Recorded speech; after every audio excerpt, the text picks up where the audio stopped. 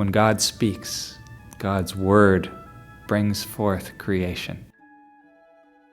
And a part of that created world is the human being created in the image and likeness of God, who has a specific responsibility for all of creation.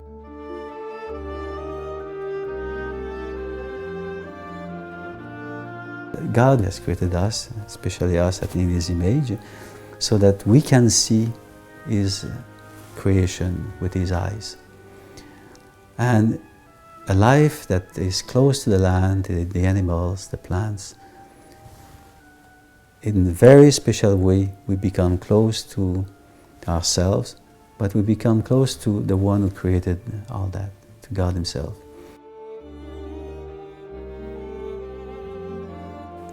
Thomas Aquinas relates that the trace of the Trinity can be found in everything, every human, every rock, every drop of water. The women mystics, including Hildegard, spoke about how God lives, God dwells in everything. The leaves in the trees, the stars and the clouds and the rain. Everything is a message from God.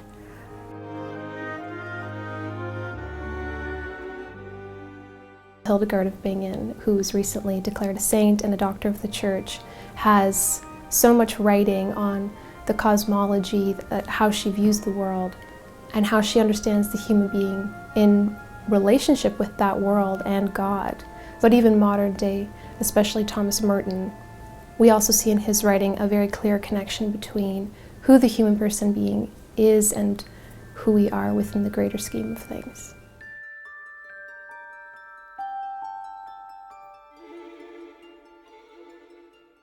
Starting with Augustine and going through Francis and St. Bonaventure, the whole notion that from the presence that you experience in creation, you go from the exterior world, you go into the interior world, and that raises your mind and you find the presence of God, and that presence of God comes back to you and you begin to have a deeper and deeper understanding in the presence of God in creation.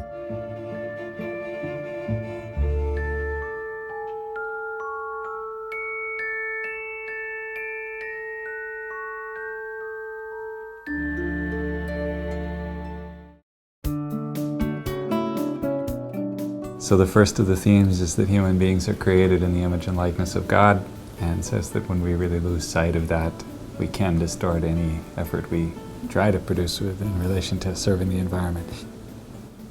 Catholic social teaching has stressed that human beings, each and every one of us, bear an inherent dignity. It takes wisdom and humility to live this well in relation to the natural world. We are not called to dominate the natural world, nor do we absolutize nature. Nature doesn't totally define who we are. Nature is not God, we're not God. God has authored it all. Pope Benedict speaks of respecting the grammar which God has inscribed in creation, giving us the role of stewards. We can't abdicate that responsibility. It's ours to live out daily. And as we care for creation, we realize that God, through creation, cares for us.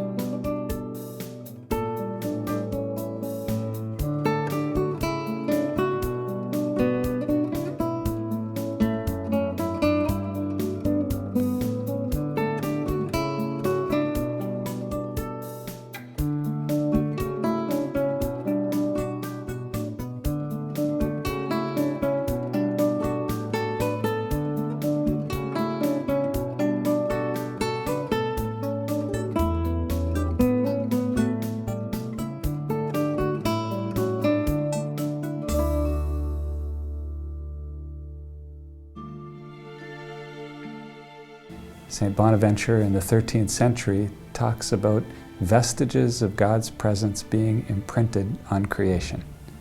Our recent popes have deepened this long tradition by speaking of our calling, created in God's image, to be especially attuned to God's presence in other human beings, but also in our surroundings, in all of creation.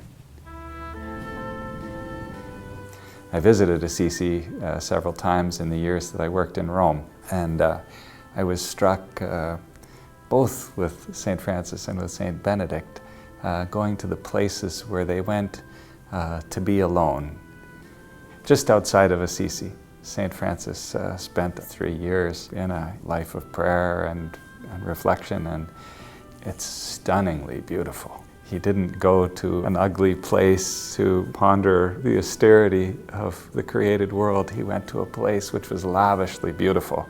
And while he lived very simply and in great poverty there, he lived in the midst of great beauty. St. Benedict, much earlier, likewise at Subiaco, the cave where he lived, it was amidst a very glorious part of Italy where he was looking for God in the midst of the beauty of the created world. Even in the desert before Benedict, you know, that these monks had a way of turning the desert into a garden. And during the Middle Ages, when everything was crumbling, when Rome came apart, it was Benedict who left Rome and decided to seek God. Well, in the process, people gathered around him, and pretty soon he was making these little oases of life.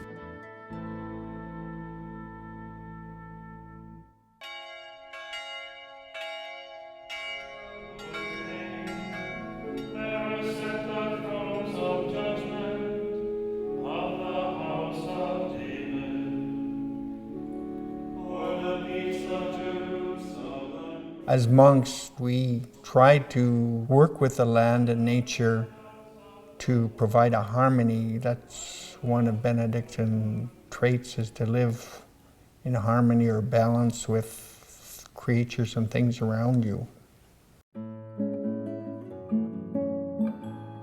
The Benedictines here on the prairies embody a way of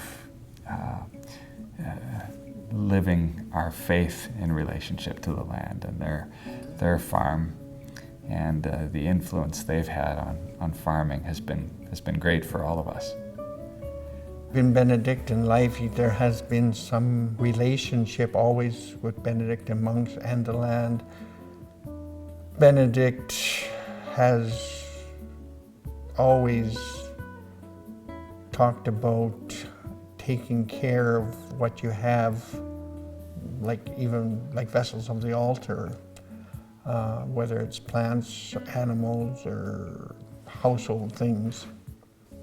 My personal relationship with nature has been with me pretty much all my life. I suppose it has increased when I was a young adult, seeing how we are ruining our environment, ruining our small communities. I feel that I had to do more in creating a better care of our earth and our well-being with nature and the land.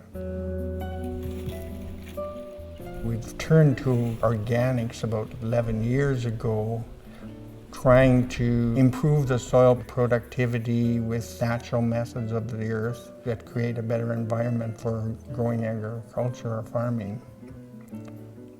With Jim Tournier, we've been involved with the process from seed to seed.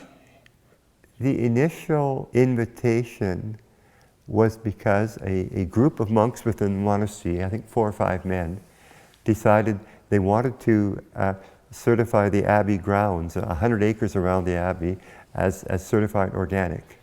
And again, there's this dream that we could provide most of the food that the abbey and the guests consume and see. I mean, a place of welcome. St. Peter's Abbey, producing all this local, non-chemical food for their consumption. So this is the area where most of the gardens where we work are. You can see the fairly common vegetable crops: lettuce, beets, peas, summer turnips, green onions, parsnips, and more peas. The garden goes that way quite a ways. And then farming is simply cooperating with the earth to produce food for us. It's not something like a manufacturing process.